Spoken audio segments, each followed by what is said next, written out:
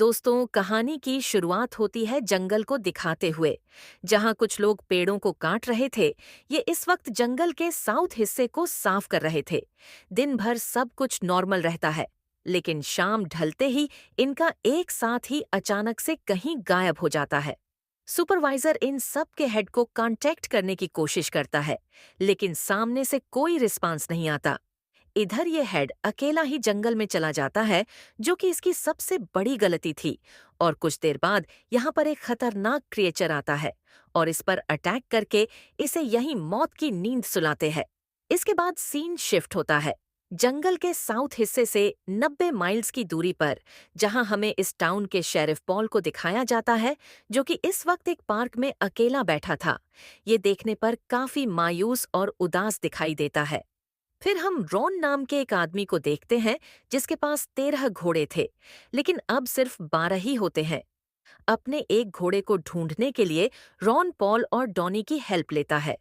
Investigation के दौरान यह दोनों अंदाजा लगाते हैं कि शायद घोड़ा गेट खुला हुआ देखकर बाहर निकल गया होगा। इसलिए यह इस केस को ठंडे बस में डालकर यहाँ से रवाना हो जाते हैं। जाते वक्त इन्हें रॉन की बेटी घोड़े के साथ दिखाई देती है। डोनी इसकी तरफ प्यार भरी नजरों से देख ही रहा होता है कि तभी पॉल इसे वन करते हुए कहता है कि रॉन ने इसके लास्ट बॉयफ्रेंड को शूट कर दिया था। पॉल यहाँ से सीधा अपने बेटे एडम के पास जाता है। पॉल की वाइफ का नाम था सुजन। दोनों किसी रीजन से एक दूसरे से अलग रहा करते थे। सुजन अपनी माँ के घर रहती थी। पॉल एडम को अपने घर ले जाता है और फिर डिनर बनाने लगता है।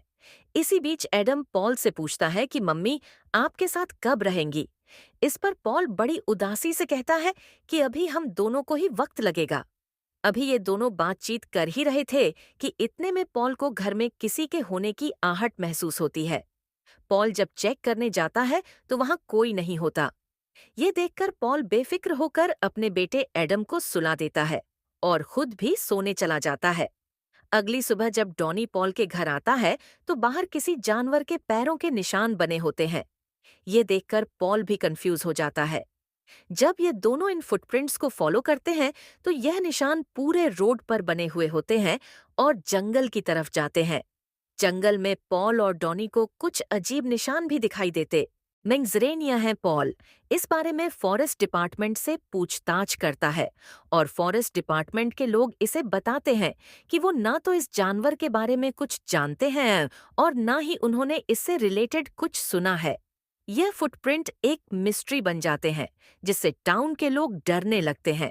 पॉल इस जानवर की जानकारी जुटाने की बहुत कोशिश करता है, लेकिन उसके हाथ कुछ भी नहीं लगता और आखिर में टाउन वालों को यह बताकर उनका डर खत्म कर देता है कि वो सिर्फ एक प्रैंक था। इसके बाद हम पॉल को चर्च के फादर के साथ बात करते हुए देखते हैं। फादर इसे बताते हैं कि मेरा डॉग अचानक कहीं गायब हो गया है, इसलिए इसे मिसिंग रिपोर्ट लिखने को कहते हैं। दूसरी तरफ हम डॉनी को देखते हैं, जो कि इस वक्त पॉल के कबी में था।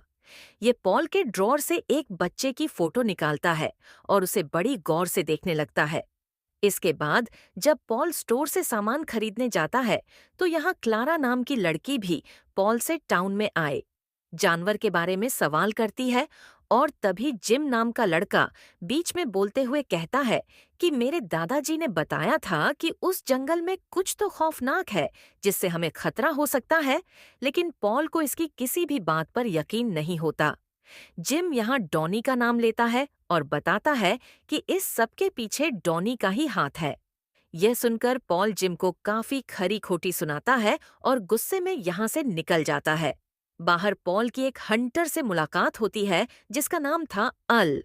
यह पॉल को बताता है कि पहले इस जंगल में भारी तादाद में हिरण रहा करते थे, लेकिन अब दूर दूर तक भी हिरण नजर नहीं आते। ऐसा लगता है जैसे सारे हिरण कहीं गायब हो गए। अर्ल की बात सुनकर पॉल को भी कुछ ठीक नहीं लगता और यह एडम को लेने के लिए सुजन के घर चला जाता है। सुजन पॉल को बताती है कि जब मैं और एडम पार्क में गए थे तो वहां सब बच्चे यही बात कर रहे थे कि डीम मन आ गया है और वो फुटप्रिंट भी उसी के थे।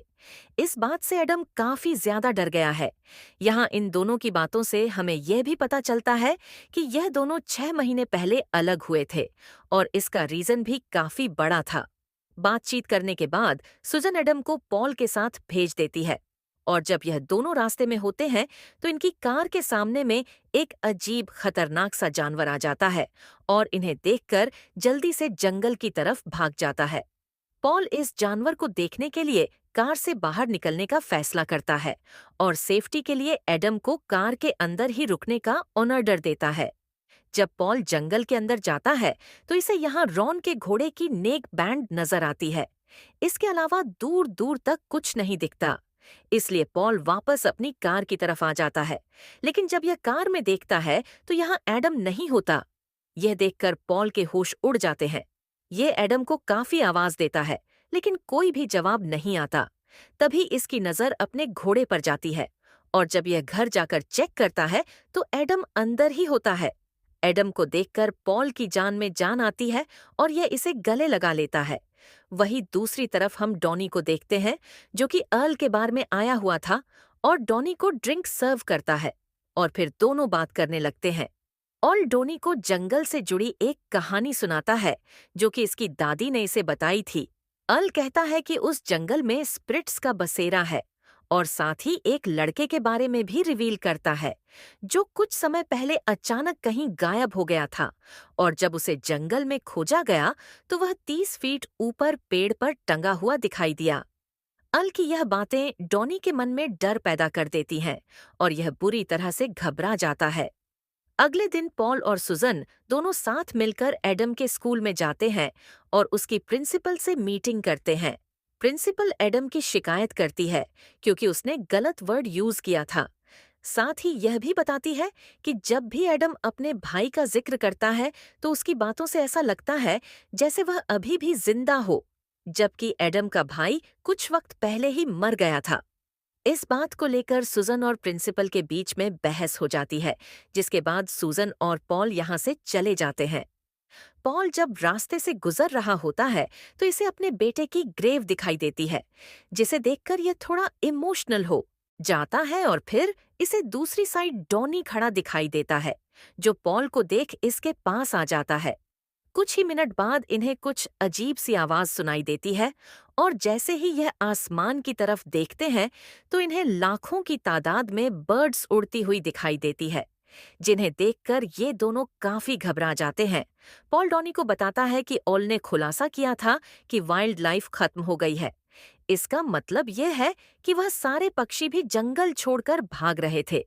लेकिन प्रॉब्लम यह थी कि उन पक्षियों को साउथ साइड जाना था, लेकिन वह अलग दिशा में उड़ रहे थे। ये सब सुन डॉनी भी पॉल को अर्ल के साथ की गई कन्वर्सेशन के बारे में बताता है और जब यह जंगल में मिली लड़के की लाश के बारे में रिवील करता है तो पॉल इसे एक हत्या का केस कहकर टाल देता है। इसके बाद सीन शिफ्ट होता है डॉनी और सूजन पर। डॉनी ने सूजन की कार ठीक की थी और बातों के दौरान न जॉनी इसे अपने पुलिस ऑफिसर बनने की कहानी सुनाता है और यहाँ सूजन भी पॉल के पास्ट के बारे में बताती है कि जब मैं एडम के साथ अपने घर गई थी तब पॉल एडम के भाई यानी अपने दूसरे बेटे के साथ था, लेकिन इसी बीच एडम का भाई स्विमिंग पूल के पास पहुंच गया और अनजाने में पानी में डूबने की वजह से उसकी डेथ हो गई। यही वजह थी कि मैं पॉल को इररिस्पॉन्सिबल समझकर उससे दूर हो गई। इधर पॉल को रॉन का कॉल आता है। पॉल डॉनी के साथ जब रॉन के पास जाता है तो रॉन इन्हें बताता है कि कल रात कोई मेरे दरवाजे को जोर जोर से नॉक कर रहा था और आज रॉन उसे पकड़ने के लिए इन दोनों की हेल्प मांगता है, लेकिन पॉल इसे बच्चों की शरारत कहकर अवॉइड कर देता है। पर तभी बाहर से एक तेज आवाज आती है। पॉल अकेला ही बार के अंदर जाकर देखता है तो उसे अजीब सा क्रिएचर नजर आता है, जो कि पहले भी जंगल में भागता हुआ देखा गया था। आज भी यह पॉल से बचकर भाग जाता है और अगली सुबह डॉनी और पॉल दोनों फिर से रॉन के बार में आते हैं, जहां इन्हें क्रिएचर के फुटप्रिंट्स दिखाई देते हैं। पॉल इन पैरों के निशान को सबूत मानकर इनके बारे में जानकारी जुटाने की कोशिश करता है, क्योंकि आज तक ऐसा कोई भी क्रिएचर नहीं देखा गया था। इसके बाद हम पॉल को अपनी फैमिली के साथ लंच करते हुए देखते हैं। यहाँ एडम पॉल और सूजन से कहता है कि मैं आप दोनों के साथ रहना चाहता हूँ। इस पर पॉल कुछ और वक्त इंतजार करने के लिए कहता है। इधर जॉनी क्लारा की शॉप में खरीदारी करने जाता है और यहाँ ये दोनों एक दूसरे से बड़े प्यार से बात करते हैं। रात में जब पॉल अपने घर जा रहा होता है तो इसे रास्ते में एक मरा हुआ हिर दिखाई देता है।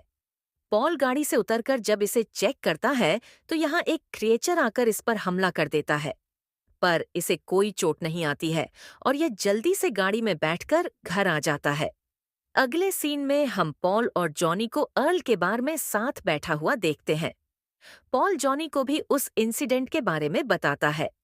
आज से पहले पॉल को क्रिएचर सिर्फ एक कहानी की तरह लगते थे, लेकिन जब इस पर अटैक हुआ तो इसे भी क्रिएचर की असिस्टेंसिया अगली सुबह 3 हंटर्स जंगल में जाते हैं ताकि जानवरों को अपना शिकार बना सके। ये तीनों ही इस बात से अनजान होते हैं। क्रिएचर इन पर नजर रखे हुए हैं और मौका मिलते ही यह इन तीनों पर एक एक करके अटैक भी करता है। कुछ देर के बाद पॉल जंगल के रास्ते से गुजरता है और अचानक इसे अपने बेटे की याद आती है और यह कुछ अजीब बिहेव करते हुए अपने बेटे को आवाज लगाने लगता है।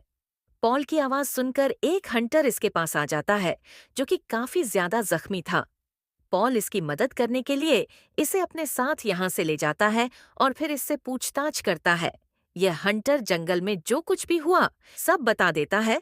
यह सुनकर पॉल को भी समझ आ जाता है कि वह जंगल काफी खतरनाक है और जो भी क्रिएचर उस जंगल में है वह बहुत शातिर और डेंजर है।